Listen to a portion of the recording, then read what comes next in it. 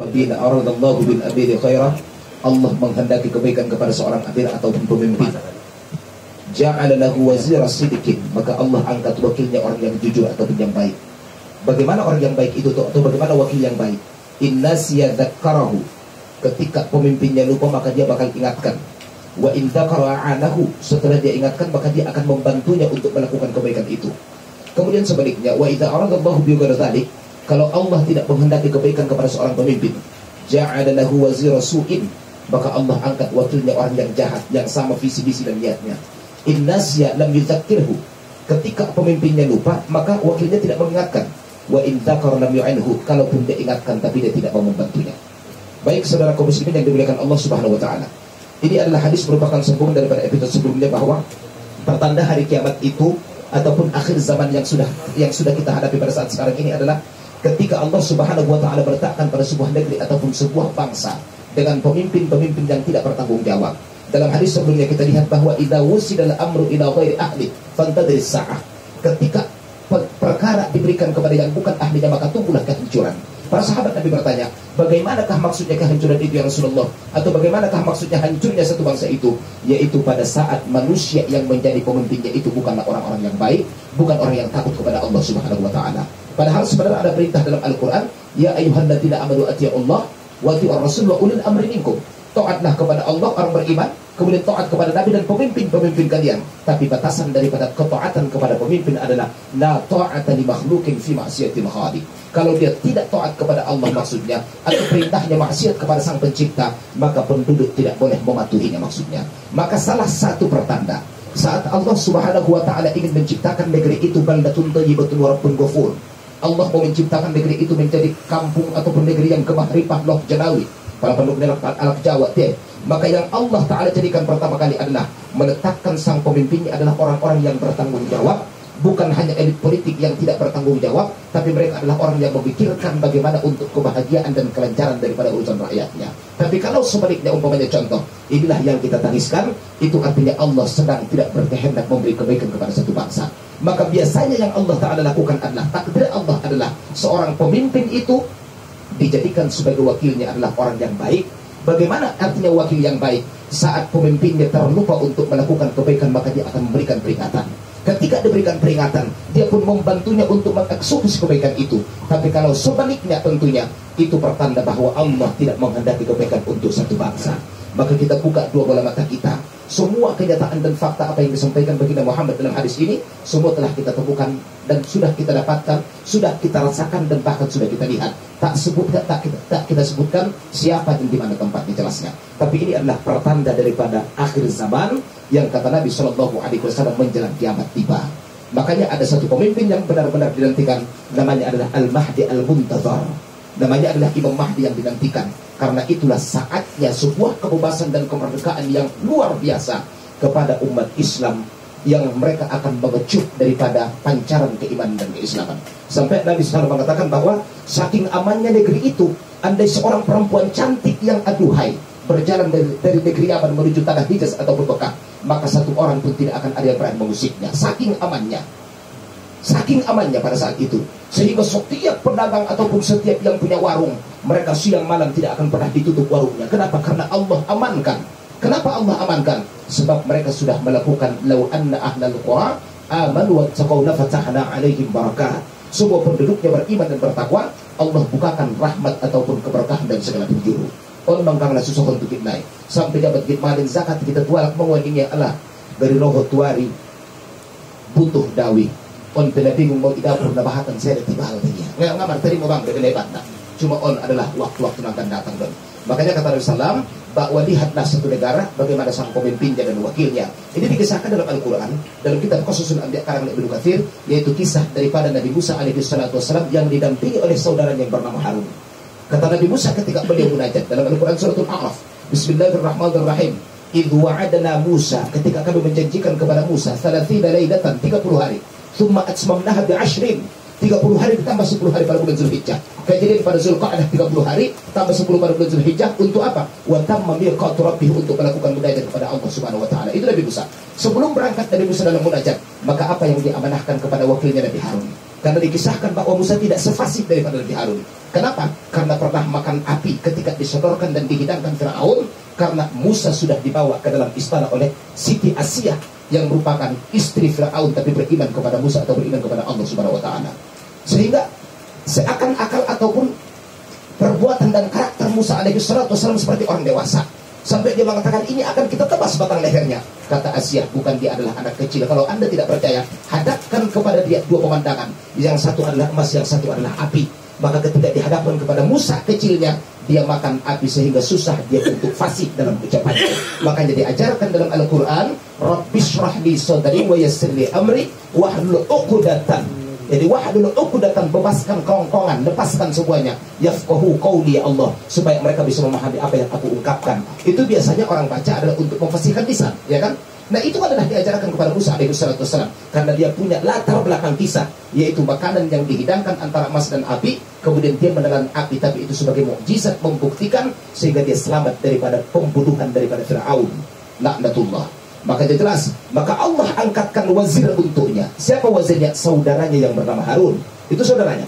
Ketika sebelum berangkat dia mulai disampaikan, ukhlufni, gantikan aku sebagai pemimpin wahai saudaraku.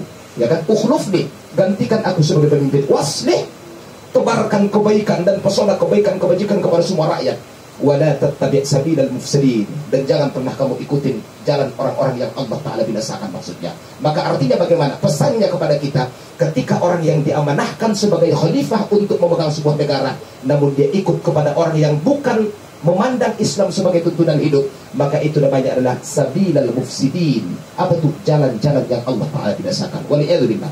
Maka jelas ini adalah ramalan ataupun termasuk pertanda akhir zaman yang disampaikan baginda Muhammad sallallahu alaihi wasallam. Mudah-mudahan insyaallah kita menemukan pemimpin yang benar-benar adil, dan insyaallah semua melancarkan semua kebutuhan rakyat. Amin ya rabbal alamin. Ini 135. 136. Idza akala ahadukum ma'a jama'atin wa syabi'a. Kalau kalian makan bersama jamaah. Di adab makan. Kalau kalian makan bersama jamaah wa syabi'a, dan kenyang lebih dahulu. Kalau kalian makan bersama jamaah wa syabi'a, dan kenyang lebih dahulu. Idza akala ahadukum ma jama'atin, kalau makan bersama dan anda kenyang lebih dahulu. Fala yarfa' yadahu, jangan angkat tanganmu. Jangan angkat tanganmu. Hatta yarfa'al qaumu, sehingga kaum itu menyelesaikan makannya. Jangan angkat tanganmu sehingga mereka mengangkat tangannya. Fa inna yukhjil jalisah, karena itu akan membuat tidak nyaman kepada orang yang di sebelahmu. Karena itu membuat tidak nyaman, tidak tenang, jadi tidak santai kepada orang yang sebelah kita. Hadis diriwayatkan Rahu Al-Baihaqi, Imam Al-Baihaqi. Baik saudaraku semua, Islam itu adalah merupakan agama yang mengajarkan segala karakter kepada kita. Tentunya dengan sini hidup akan menjadi indah, dengan agama hidup akan terarah. Belum. Semua sudah dicontohkan sama baginda Muhammad sallallahu alaihi wasallam. Di hadis sebelumnya adalah ketika anda makan maka lepaskan kedua sandal dan sepatumu. Kenapa? Karena itu bisa mengakibatkan penyakit perut ataupun akbat namanya. Itu sudah diajarkan semua. Ketika anda mau makan diajarkan juga bahwa kalau mau makan, kata Imam Al-Ghazali ada 3 buah. Buah itu dibagi kepada 3. Ada yang buahnya dianjurkan dimakan sebelum kita makan nasi, ada yang ketika saat makan nasi, ada yang sesudah makan nasi. Salah satunya kata Imam Al-Ghazali adalah kalau kita makan kambing maka awalilah dengan makan buah. Supaya apa? Wa faqihatin mimma yatakhayyarun wa lahmi tayrin mimma yashtahun. Semua diatur dalam agama. Ya, semua dijelaskan dalam agama. Hanya tinggal terkadang kita meninggalkan agama yang diatur sang baginda Muhammad sallallahu alaihi wasallam. Makanya ini adalah adab. Ketika kita makan bersama orang lain, makan kita secara berjamaah, ya kan? Baik satu piring ataupun kita beda-beda piring maksudnya. Maka kata Nabi sallallahu alaihi wasallam, kalau anda kenyang lebih dahulu, maka jangan angkat tanganmu. Awak tarang berkunawon. Dalam luar wayahi, ngantung hiang me. Ben lambat sudah bukan bisa mangan dong anon. Mabu tu 5 sampai menit sudah mangan saja do pengata hanawi. Ubas me tangan ko ano. Memang susah naman ko na bang teo ni jolo pan utang tumangi kan. O ni jolo ning kalay kan. Palamangan ko kalak pag sudah ulang pa jolo angkat tanganmu. Sampai butong tamu mini ya kan. Biar di ketemu dia orang ada mangan sa dibu. Ano masalah? Ono. Les masih do pibe idi na mangan sa jolo. Tarpo les na mangan sa jolo. Ro suman cerita dia bang. Nga bisa puriki. Ha kan? Idza akala ahadukum majamatin wa syabi'a, kenyang lebih dahulu fala yarfa' yadahu. Kenapa? Kenapa enggak boleh kita angkat tangan kita lebih dahulu? Karena itu akan membuat tidak nyaman kepada orang yang di sebelahmu. Jelas ya? Maka jelas ini sambungan hadis Nabi yang mengatakan, "Man kana yu'min billahi wal yawmil akhir falyukrim dhaifahu," ya kan? Atau falyukrim jarahu. Yang beriman kepada Allah dan hari kiamat, muliakanlah tamu, muliakanlah jiran. Cara memuliakannya bukan orang yang di luar saja, tapi jiran kita di sebelah kita makan maksudnya. Yang kita sama-sama masuk ke tempat makan, kalau kita kenyang lebih dahulu, maka jangan angkat tanganmu. Disukun maksudnya sahaja dia.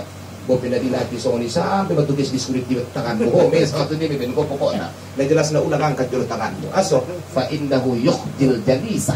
Karena itu membuat orang yang di sebelah Anda tidak nyaman makannya. Jelas ya? Dalam makan pun kita diatur untuk menjaga perasaan orang yang di sebelah kita. Itulah indahnya agama Islam. Jelas bahwa Muhammad diutus adalah rahmatan lil alamin. Lanjut 137. Idza hajjar rajulu bimalin haram. Kalau ada laki-laki ataupun ketika Anda haji dengan harta yang haram. Ketika seseorang haji dengan harta yang haram. Ketika seseorang melaksanakan ibadah haji dengan harta yang haram. Faqal, maka si orang ini berkata, labbaika, sebagaimana ungkapannya labbaik Allahumma labbaik, gitu kan. Kalau Allah Azza wa Jalla, Allah jawab ucapan labbaik dia. Apa jawaban Allah? La labbaika wa la sa'daika. Paling pasingkat gabus budai ini. La labbaika wa la sa'daika. Paling pasingkat gabus budai ini Tuhan. Cuma kami nega, tidak masalah. Cuma semua penduduk langit dan bumi mendengar. Indal ins wal jin, kecuali jin dan manusia. Uting memang IBG maksudnya jawabannya Allah ini. Sama dengan perihal kubur maksudnya semua akan mendengar. Baik saudara kaum muslimin, ini bab haji. Tentunya hubungannya kepada fikih, tapi bagaimanapun ini termasuk rukun Islam. Pertanyaannya, kenapakah haji itu menjadi rukun Islam yang kelima? Betul tak? Apakah karena mahal? Bukan, ya kan? Kenapakah haji itu menjadi rukun Islam yang kelima? Kenapa bukan puasa? Kenapa harus haji? Satu. Yang kedua, kenapa ketika kita melaksanakan ibadah haji disunnahkan melaksanakan tasyakuran? Secara logika kita, kalau kita melakukan tasyakuran maksudnya untuk izin kepada orang-orang saat mau berangkat melaksanakan ibadah haji, itu bisa-bisa termasuk hal daripada riya supaya orang pandang kita, bisa menjadi sum'ah supaya orang puji kita. Tapi ternyata termasuk sebagai daripada syiar maksudnya. Kenapa itu dianjurkan? Ini yang perlu kita jawab. Sebelum kita jawab, diketahui bahwa dalam kitab Ihya Ulumuddin dijelaskan Imam Al-Ghazali bahwa syarat untuk menjadi haji yang mabrur, haji yang dua mau cuma bangun. Adong haji nama barur, adong na haji nama burbur. Tadi betul tu. Adong haji sulam, adong haji muhyiddin. Allah. Adong tong haji oji mah. Allah. Mulang oji pulang sama doging lesoni. Tadi betul tu. Tersokon naman taksian pur, bari pala pendok nialak. Pala nagalang naman taksian pur maksudnya dulu ning kalenedok na. Na pertama pulang aja di banci. Pulang aja di banci. Kecuali ditambah jadi guru gorang itu nomon. Guru gorang, lawan pero menjadi guru gorang, non menjadi lawan. Allah. Ay so tayo guru gorang kan, cuma mau tanggung na susah ada bani. Radi majingkot ibenna. Tulang pendok sama saja. Nah baik. Imam Al-Ghazali mengatakan bahwa kalau Anda ingin mendapatkan pahala haji yang mabrur, kita ketahui dalam hadis Nabi, al-hajjul mabrur laisa lahu jazaa'u illa al-jannah. Betul enggak? Orang yang melaksanakan hajinya mabrur, apa itu makna mabrur? Yani abarrah lamma raja'a ila qaryati. Dia semakin baik setelah pulang ke negerinya. Imatan bendelak nama mabrur ayat. Jadi istabti kolbak nama berangkat ke Mekah, tepuk dada tanya iman, apakah Anda semakin baik ataukah tidak? Kenapa? Karena Arafah itu adalah bengkel batin. Arafah itu adalah bengkel hati. Kenapa Arafah dinamakan Arafah? Karena Anda semakin mengenal Tuhan Anda. Betul tak? Kenapa dinamakan dengan Arafah? Setelah Ka'bah dibangun Ibrahim alaihissalam, maka beliau pun diundang ke bumi, belum ada namanya. Bumi belum ada namanya. Tapi di sana adalah tempat pertemuan yang pernah terjadi nostalgia antara Adam dan Hawa. Diajarkan kaifiat haji. Luar lingkup asam peset diajarkan Jibril kepada Ibrahim. Makanya Ibrahim adalah Abul Anbiya, ya kan? Ibrahim Abul Anbiya, bapaknya para nabi-nabi maksudnya. Kenapa? Syariat itu sangat intim sekali dengan Nabi Ibrahim. Maka setelah dijelaskan bagaimana kaifiat melaksanakan ibadah haji, wukufnya begini, berangkat dari wukuf, maka menuju Muzdalifah untuk mengambil kerikil untuk melontar jamarat maksudnya, ya kan? Fa idza afattum bil arfatin fadhkuru indal masy'aril haram. Masjidil Haram adalah Muzdalifah. Habis itu berangkatlah Aqabah. Kalau nggak Aqabah adalah Ifadah, ya kan? Boleh Anda berpilih sesuai dengan mazhab kita maksudnya. Maka kemudian setelah diajarkan, Jibril bertanya kepada Ibrahim, hal arafta ya Ibrahim? Apakah Anda tahu? Apakah Anda faham? Apakah Anda mengenal? Have you understood? Kalau bahasa Inggrisnya, yes, I have understood. Itu namanya Arafah maksudnya. Jadi makna Arafah itu I have understood. Apa tuh? Saya sudah faham. Jadi Anda akan faham tentang Tuhan Anda ketika berada di Arafah. Maka setelah pulang ke negeri kita, kalaulah Kalaulah pesan positif bunyi Arafah kita bawa ke negeri kita setelah pulang, maka biasanya Anda sudah di bengkel batin, sudah di bengkel karakter, dan semakin dekat kepada Allah, semakin indah hubungan kepada umat manusia. Daya angguna mun madogil do, nakikit mun makikit. Contoh dong, na sumbayang na sesekali mun ngasumbayang, kaliman na beg-beg mun gogomang kece iyalah. On ayah haji nasunuan, Anda dipertanyakan kenapa Anda begitu maksudnya. Maka biasanya ada sebab, ada akibat. Apakah sebabnya? Ini yang disampaikan Imam Al-Ghazali dalam kitab Matanya. Kata beliau bahwa syarat melaksanakan haji mabrur ada 3. 1, biniyatin khalis, niat semata-mata karena Allah. Yang kedua, bi'ilmin tammah, ilmu yang mumpuni syariatnya tentang umrah haji. Kemudian bi'amwalil halal atau bimalin halal, dengan harta yang halal. Kalau yang 3 sudah kawin, jadilah haji mabrur yang balasannya syurga.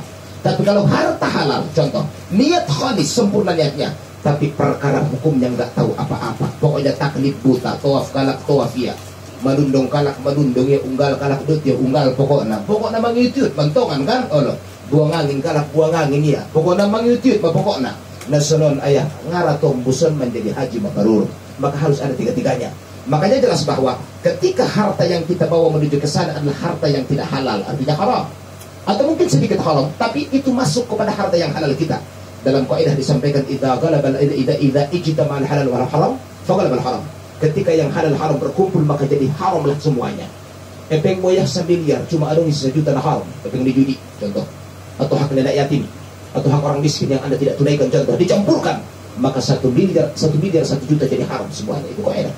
Sedikit tapi mengkontaminasi. Maka hati-hati ketika berangkat haji, bawalah harta yang benar-benar halal. Dari mana tuh? Biasanya dari peras keringat banting tulang Anda, bukan dari uang sekejap ataupun uang panas. Maksudnya apa?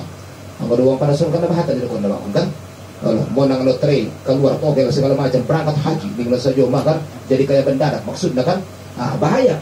Maka saat kita ucapkan labbaik Allahumma labbaik, labbaik la syarika lak labbaik, nah 2 timbul memenetik di mata, contoh dong. Tapi ternyata Allah jawab labbaik dia, la labbaik wa la sa'daika. Apa tuh artinya? Gabus budai. Allah mulak besok abang lesenian pulangan isomoni mun dulu tuh balakang tingkah. Nah, makanya yang belum berangkat haji siap-siapkanlah dengan persiapan matang. Tentunya 1 adalah dengan menuntut ilmunya yang mumpuni. Yang kedua, sempurnakanlah niat dengan penuh dengan keikhlasan. Yang ketiga, pilihlah harta yang halal untuk menjadi transport menghadap kepada Allah Subhanahu wa Ta'ala. Jelas ya? Makanya dijelaskan bahwa haji itu balasannya luar biasa. Karena saking luar biasanya ibadah haji, Allah posisikan rukun Islam yang kelima. Kenapa? Sebab ison ma'abang nagodang na unsur ria, ison ma'agodang na unsur sombong. Sudah ya? Ngantung sudah lak bisa balak salon apa? Betul loh kan? Bahat epeng tertimbang contoh dong, ngamalolah nayangkat demah, atau mungkin negeser betul kamar mandi contoh, berarti istitoahnya nggak ada gitu loh. Bisa merusahan abang kuat dobayo on contoh kuli bangunan ngadong epeng lebih setan berangkat adong saja lebih bahana adong isi duana. Hati-hati, syaitan laknatullah besar bermain dalam hati Anda. Kenapa? Lagi dah bohong yang mampu dah berangkat kan ini dong. Maka jadi isyaratkan dalam jumrah ketika Ibrahim akan menyembelih, ini peringatan tentang kurban, teman-teman, akan menyembelih daripada Nabi Ismail alaihi salatu wasalam, dibawalah ke negeri Mina. Kenapa dinamakan dengan negeri Mina? Karena itu adalah tempat berharap dan menumpahkan segala asa dan keinginan. Asa apa dan harapan apa? Harapan sang Hajar untuk bertemu kembali dengan anaknya. Jangan sampai dia berdoa kepada Allah, Tuhanku, kalaulah benar perintahmu untuk disembelih anakku sebagai kurban daripada cinta, maka aku masih berharap untuk bertemu dengannya. Ibadah goyah sedokon Nabi Ismail, wahai ayahanda, kalaulah aku harus disembelih, maka tolonglah siapkan 3 hal. Pertama, buka bajuku jangan sampai kena tetesan darahku. Yang kedua, tutuplah mataku supaya aku tidak merasakan sengsara batin. Dan yang ketiga, ya kan, tajamkanlah pisaunya supaya saya tidak terlalu lama merasakan kesakitan saat disayat oleh pisau ayah anda. Makanya timbul hadis, kalau anda menyembelih kurban ataupun binatang apapun, idza dzabhtum fa ahsinud dzibhata, ketika anda menyembelih maka baikkan sembelihanmu. Dengan cara apa? 2 nekoyokon nasada pada ojolobang ulang tonton kontu sirongan miaw betonton ko abisan baya awmon haning na sayo may abisan baya awmon niya kani boleh mandok na lay haning sayo mo ulang manang aw ko manang koyok niya abisan kon kan beto sumunod na mandok na sumunod na mandok na ka abisan baya awmon haning na sayo bitamar nazar bagay may pala nga jadi koyok po sa tuwarin emotion kan Ibu si pada wayah ngundang bungnay, kemudian dapat doa tajamkan pisaunya. Anggo bisa ya konti nading nai pada tolu ampeng dari koyak bisa nggak orang bui umpamana aso supaya tidak terlalu lama merasakan rasa sakit akibat sayatan daripada pisaunya maksudnya. Ini dari mana syariatnya? Dari permintaan Nabi Ismail alaihi salatu wassalam.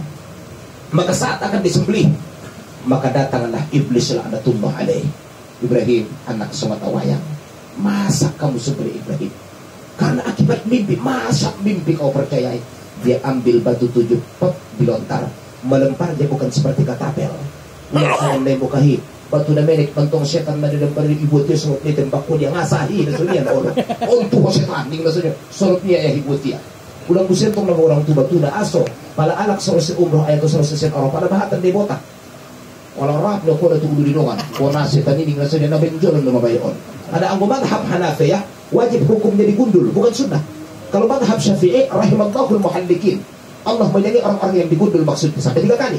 Fakaifal muqassirin ya Rasulullah, bagaimana orang yang digunting? Summal muqassirin. Jadi kalau pahala 1 adalah untuk orang yang digunting, yang digundul adalah 3 kali lipat pahalanya maksudnya. Tapi Hanafi dalam madhabnya mengatakan wajib hukumnya digundul habis, botak licin, kan?